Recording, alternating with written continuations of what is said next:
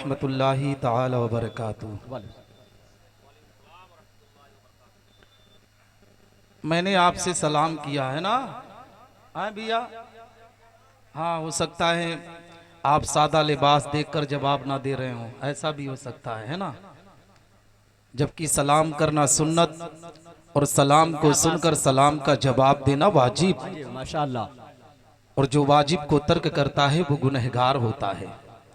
हम जिस मसलक से ताल्लुक रखते हैं, हमारा मसलक हनफी का तर्जमान मसलक आला हजरत है।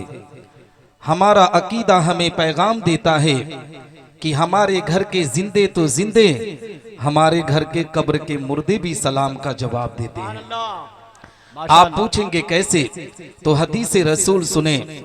मेरे आका पैगंबर इस्लाम आकाई करीम सल्लल्लाहु अलैहि वसल्लम का गुजर एक कब्रिस्तान से होता है। आका इरशाद फरमाते हैं, ए मेरे प्यारे सहाबा, जब तुम्हारा गुजर किसी कब्रिस्तान से हो तो तुम सलाम करके गुजरा करो। सहाबा ने अर्ज किया, या रसूल अल्लाह, क्या ये मुर्दे हमारे सलाम को सुनते हैं? क्या ये मुर्दे हमारे सलाम को सुनकर हमारे सलाम का जवाब देते हैं? आका इरशाद फरमाते हैं, ए मेरे प्यारे सहाबा, ये मुर्दे हमारे सलाम को सुनते भी हैं, हमारे सलाम को सुनकर हमारे सलाम का जवाब भी देते हैं और सलाम करने वाले को पहचानते भी हैं। जब आम मुर्दे की समातों का ये आलम है तो मदीने वाले की समातों का आलम क्या होगा? जब इस पार का ये आलम है तो उस पार का आलम क्या होगा? जब उनके गदा भर देते हैं शाहाने जमाना की झोली, मोहताज का जब ये आलम है तो मुख्तार का आलम क्या? सुभान अल्लाह, है ना? तो मैं फिर से सलाम करता हूँ, देखता हूँ हजरात जवाब देते हैं कि नहीं। अस्सलामु अलैकुम व रहमतुल्लाहि ताला व बरकातुहू। नहमदुहु व नुसल्ली व नुसल्लिमु अला रसूलिहिल करीम, अम्मा बाद, फ़अऊज़ु बिल्लाहि मिनश शैतानिर रजीम, बिस्मिल्लाहिर रहमानिर रहीम। इन्ना नहनु नज़्ज़लना ज़िक्र व इन्ना लहु लहाफ़िज़ून। सदक़ल्लाहुल मौलाना अज़ीम व सदक़ा रसूलुहुन नबियुल अमीनुल मतीनुल करीमुर रऊफ़ुर रहीम व नहनु अला ज़ालिका लमिनश शाहिदीन व शाकिरीन वल्हम्दुलिल्लाहि रब्बिल आलमीन, आमीन या रब्बल आलमीन। तरीक़े मुस्तफ़ा को छोड़ना है वजह बर्बादी, तरीक़े मुस्तफ़ा को छोड़ना है वजह बर्बादी। इसी से कौम दुनिया में हुई बेइक़्तिदार अपनी, और हमें करनी है शहंशाहे बतहा की रजा जोई, हमें करनी है शहंशाहे बतहा की रजा जोई। वो अपने हो गए तो रहमते परवरदिगार अपनी, और न सब लोगे तो मिट जाओगे ऐ हिंदी मुसलमानों, न सब लोगे तो मिट जाओगे ऐ हिंदी मुसलमानों, तुम्हारी दास्तां तक न होगी दास्तानों में। हजरात मोहतरम, आज हम और आप इस रहबरे इंसानियत कॉन्फ्रेंस में शिरकत की सआदत हासिल कर रहे हैं। दुआ करते हैं कि रब्बे कायनात हम तमामी मुसलमानों की इस हाज़िरी को अपनी बारगाह में कबूल व मकबूल फरमाए। हम तमामी मुसलमानों को हक बोलने, हक सुनने और हक पर अमल करने की तौफीक रफ़ीक अता फरमाए। हज़रात मोहतरम, आप देख रहे मिंबर नूर पर उलमा अहले सुन्नत वल जमात का काफिला मौजूद है। मिंबर नूर पर नकीब आज़म हिंदुस्तान, नवाज़ कौम मिल्लत हज़रत अल्लामा अब्दुल सलाम साहब क़िबला फ़हीम बस्तवी जो मिंबर नूर की जीनत बने हुए हैं। ये जब से निकाबत कर रहे हैं, मुझे लग रहा उस वक्त मेरी पैदाइश भी नहीं हुई थी। अल्लाह इनके इल्म व अमल में खूब खूब बरकत अता फरमाए। और आप देख रहे उन्हीं के बगल में आपके इलाके की एक मुतहर्रिक व फ़आल शख्सियत, आलिम हक व सदाकत हज़रत अल्लामा मोहम्मद इस्माइल साहब क़िबला नूरी सरबराह आला दारुल उलूम इमाम अहमद रज़ा धर्म सिंहवा, वो भी मिंबर नूर की जीनत बने हुए हैं। आज इस बाबरकत महफिल की क़यादत फरमा रहे आलिम नबील फाजिल जलील हज़रत अल्लामा ज़ैनुल आबदीन साहब क़िबला मिसबाही, आलिम नौजवान हज़रत अल्लामा मोहम्मद शाहिद साहब क़िबला मिसबाही, और मेरे मुहिब गिरामी, मेरे करीबी दोस्त, मेरे हम सबक साथी हज़रत हाफिज़ व कारी अहमद रज़ा साहब जो इस इदारे के खादिम हैं, उस्ताद हैं। अल्लाह इन सब के इल्म अमल में खूब खूब बरकत अता फरमाए। मिंबर नूर पर जितने भी उलमा हैं, मैं सबके नाम को नहीं जानता, मगर जो ज़र्रा जहाँ है वहीं आफताब है। अल्लाह सब के इल्म अमल में खूब खूब बरकत अता फरमाए। आप तमामी हजरात थोड़ी देर मुझे बर्दाश्त कर लें, सुनेंगे थोड़ी देर बहुत ज़्यादा देर बोलूँगा नहीं, क्योंकि आज अहमद रज़ा भाई की ख्वाहिश थी और मेरे उस्ताज़ मोहतरम आज इस प्रोग्राम में शिरकत कर रहे हैं, जिनकी दुआओं की बदौलत में आज मुझे भारत में लोग पहचान रहे हैं। हुजूर मुबल्लिग साउथ अफ्रीका, आबरू सुन्नियत, माहिर दरसियात, खलीफे हुजूर ताजु शरिया हज़रत अल्लामा मुफ्ती मोहम्मद नाजिम साहब क़िबला मिसबाही दामद बरकातुल कुदसिया, जिनका खिताब इंशाअल्लाह रब्बुल इज़्ज़त आप मेरे बाद समात करेंगे। आज उन्हीं की दुआओं की बदौलत लोग मुझे भी पहचानते हैं और मुझे बोलने का थोड़ा बहुत शऊर हो गया है। अल्लाह उनके इल्म अमल में खूब खूब बरकत अता फरमाए। हज़रात मोहतरम, आइए कुछ अर्ज़ मारूफ से पेशतर हम और आप अपनी और सारी कायनात की मरकज़ी अकीदत हुजूर रहमतुल लिल आलमीन, शफीउल मुज़नबीन, रसूल गिरामी वकार, हम गरीबों के गमगोसार, मदनी सरकार, दोनों आलम के मालिक व मुख्तार, आकाई करीम सल्लल्लाहु तआला अलैहि वसल्लम की बारगाह पुर अनवार में दुरूद व सलाम का नजरान अकीदत पेश करें और बावाज़े बुलंद पढ़ें। अल्लाहुम्मा सल्ली अला सय्यिदना मौलाना मुहम्मद बारिक वसल्लिम, सलातु व सलामुन अलैका या रसूल अल्लाह सल्लल्लाहु तआला अलैहि वसल्लम। हज़रात मुहतरम, मैं गुजारिश करूँगा मुहिब्बे गिरामी मौलाना नूरुल कमर नूरानी साहब से, उनके जो अहबाब साथ में खड़े हैं वो मिंबर पर आ जाएं। खड़े हैं वो बेहतर नहीं लग रहा है, आप हजरात यहाँ आ जाएं, आपकी जगह यहाँ है। हज़रात मुहतरम जी, आलिमे नबील फाजिल जलील हज़रत अल्लामा मुफ्ती अबू बकर साहब क़िबला भी अगर कहीं हो तो मैं आवाज़ दे रहा हूँ, वो भी मिंबर नूर की जीनत बन जाएं। हज़रात मुहतरम, ये महफिल आप देख रहे हैं और लोगों का आना जाना भी देख रहे हैं। आप कभी भी ये जायज़ा ले लें, ये सिवाइज पर की ज़मीन पर मैं पहली मरतबा तकरीर की गर्ज से आया हूँ। मैंने हालात का जायजा बहुत करीब से लिया है।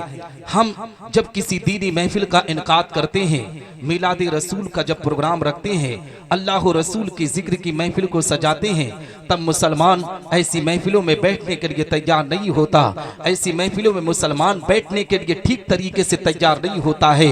मगर आपको अंदाजा होगा, आपके इलाके की बात आपको ज्यादा पता होगी कि अगर इसी इलाके में इस मिंबर नूर को हटाकर, इस पिंडाल को हटाकर हम किसी डांस और नाच का प्रोग्राम रखे होते, किसी नचनिए को बुलाए होते, तो आज पूरी आवाम पहले इस सब में खड़ी होती हुई नजर आती। मेरी कौम के लोगों ने अपनी इज्जतों को इस तरीके से नीलाम किया है, अपने वकार को इसी तरीके से मजरू किया है। आज जब कुरान की तालीम कब कौम को बुलाया जाता है तो मुसलमान आने के लिए तैयार नहीं होता है। नबी के दीन के नाम पर मुसलमान को दावत दी जाती है तो मुसलमान ऐसी महफिल में आने के लिए तैयार नहीं होता है। मगर मैं दावे के साथ कहता हूँ, मेरी कौम के लोगों, अगर इन्हीं मुसलमानों को गोश्त और भात के नाम पर बुला दो, एक की दावत दोगे, एक घर से 4-4 लोग शिरकत करते हुए नजर आएंगे। मगर नबी के जिक्र की महफिल में, अल्लाह के जिक्र की महफिल में मुसलमान इकट्ठा होने के लिए तैयार नहीं होता है। और ए मुसलमानों, हालात जब बिगड़ते हैं ना, तो आज भारत की जमीन की तारीख उठाकर देख सकते हो, हमारे वजूद को किस तरीके से मिटाने की कोशिश की जा रही है, हमारी आबरू को किस तरीके से लूटने की कोशिश की जा रही है, हमारी इज्जतों पर किस तरीके से हमले किए जा रहे हैं। आज मुसलमान कहता निसार अहमद निजामी, आज भारत की जमीन पर हमें सबसे ज्यादा सताया जा रहा है, भारत की जमीन पर हमारी आबरू को सबसे ज्यादा लूटा जा रहा है, भारत की जमीन पर हमारे वकार को मजरू किया जा रहा है। मुसलमानों, आपसे जब सवाल किया जाता है कि भारत की जमीन पर तुम्हें क्यों मारा जा रहा है, भारत की जमीन पर तेरे वजूद को क्यों मिटाने की कोशिश की जा रही है, तो मुसलमान कहता है हम टोपी लगाते हैं इस बुनियाद पर सताए जाते हैं, दाढ़ी रखते हैं इस बुनियाद पर मारे जाते हैं, इस्लामी लिबास पहनते इस बुनियाद पर मारे जाते हैं। मेरी कौम के लोगों, ये तुम्हारा नजरिया गलत है। अगर टोपी की बुनियाद पर मुसलमान सताया जाता तो सबसे ज्यादा उलमा मारे जाते, अगर दाढ़ी की बुनियाद पर मुसलमान मारा जाता तो सबसे ज्यादा उलमा मारे जाते।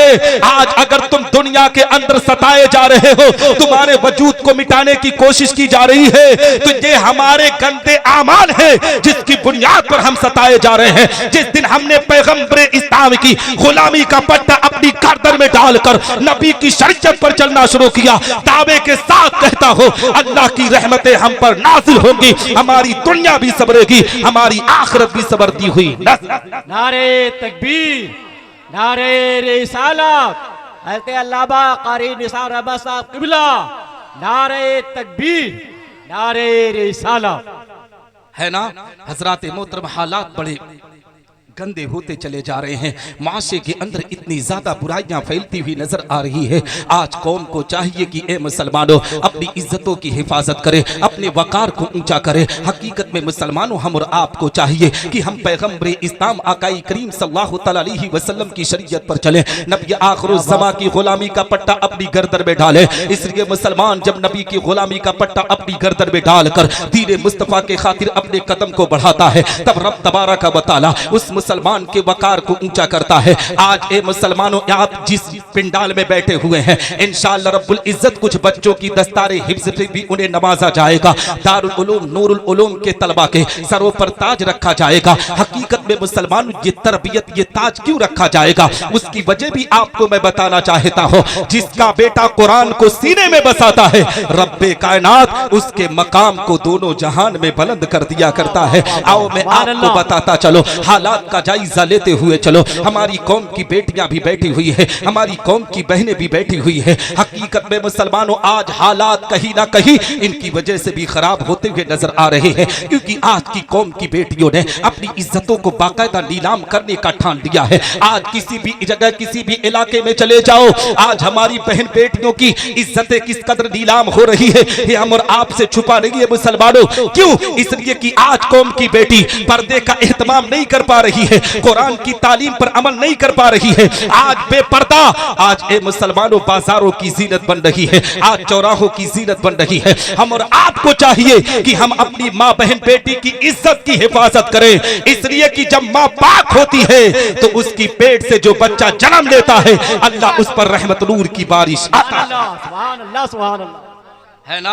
हम हकीकत में मुसलमानों आज अगर सीरत गौसे आजम पर गुफ्तगू की बात आ जाए ना, तो हर कोई गौसे आजम का तराना पढ़ने पर आमादा हो जाता है। गरीब नवाज की जिंदगी पर अगर अभी गुफ्तगू कर लो ना, तो हर कोई गुलाम गरीब नवाज दिखता हुआ नजर आता है। मगर कभी सोचने की कोशिश किए हो, कभी फिक्र करने की कोशिश किए हो कि सरकार गौसे आजम रज़ियल्लाहु तआला अन्हु की वालिदा माजिदा ने अपने बेटे की परवरिश किस अंदाज से किया है। ए मुसलमानों, जब सरकार गौसे आजम की जिंदगी की तारीख निगाहों के सामने रखोगे तो आपको पता चलेगा कि गौसे आजम की वालिदा माजिदा ने अपने बेटे को अपने शिकम में रखकर कुरान की तिलावत कर रही थी। आज की माओं का हाल देख सकते हो, आज की बहन बेटियों का हाल देख सकते हो कि माँ के पेट में जब बच्चा होता है, हकीकत में मुसलमानों उस वक्त सख्त जरूरत होती है कि माँ अपने हाथ से सदकातो खैरात करे, अपनी जबान से कुरान की तिलावत करे, अपनी जबान से बिस्मिल्लाह की तिलावत करे। मगर आज ऐसा नहीं होता है। आज एक शौहर अपनी बीवी से कहता है, मेरी शरीक हयात, तुझे घबराहट हो रही है तो इस मोबाइल में सीरियल देख ले, तुझे तेरे दिल को तसल्ली मिल जाएगी, तेरे दिल को सुकून मिल जाएगा। इन उलमा से पूछ मुसलमान कि दिल को सुकून कब मिलता है? तब अल्लाह का कुरान गवाही देता है, अला बिज़िक्रिल्लाहि तत्मइन्नुल कुलूब। जब हम अल्लाह का जिक्र करते हैं तब हमारे दिल को अल्लाह सुकून आता है। सुभान अल्लाह, सुभान और अल्लाह। मैं आपको बताऊं, वक्त की किल्लत है, मैं थोड़ी 5-6 मिनट में अपनी गुफ्तगू को खत्म करूंगा। हकीकत में मुसलमानों, अपने बच्चों को तुम बिस्मिल्लाह की तालीम दो, अपने बच्चों को कुरान की तालीम दो। इसलिए कि जब एक बाप अपने बेटे को बिस्मिल्लाह की तालीम देता है, अपने बेटे को कुरान की तालीम से आरास्ता करता है, हकीकत में मुसलमानों जब उसका बेटा बिस्मिल्लाह पढ़ता है तो रब तबारक व तआला उसके बिस्मिल्लाह पढ़ने की बरकत से उसके बाप को जहन्नम की आग से निकाल कर जन्नतुल फिरदौस के आला मकाम को अता करता है। आप पूछेंगे कैसे? तो आओ हजरत ईसा अलैहिस्सलाम के दौरे जमाना का वाकया आपकी निगाहों के सामने रखता चलो। हजरत ईसा अलैहिस्सलाम का दौरे जमाना है। हजरत ईसा अलैहिस्सलाम का गुजर एक कब्रिस्तान से होता है। उनकी निगाह क्या देख रही है कि कब्रिस्तान के अंदर जो मुर्दा लेटा हुआ है उस पर अल्लाह का अजाब नाजिल हो रहा है। बड़े बड़े बिच्छू डंक मार रहे हैं, बड़े बड़े सांप डस रहे हैं। हजरत ईसा अलैहिस्सलाम ने जब इस खौफनाक मंजर को देखा है,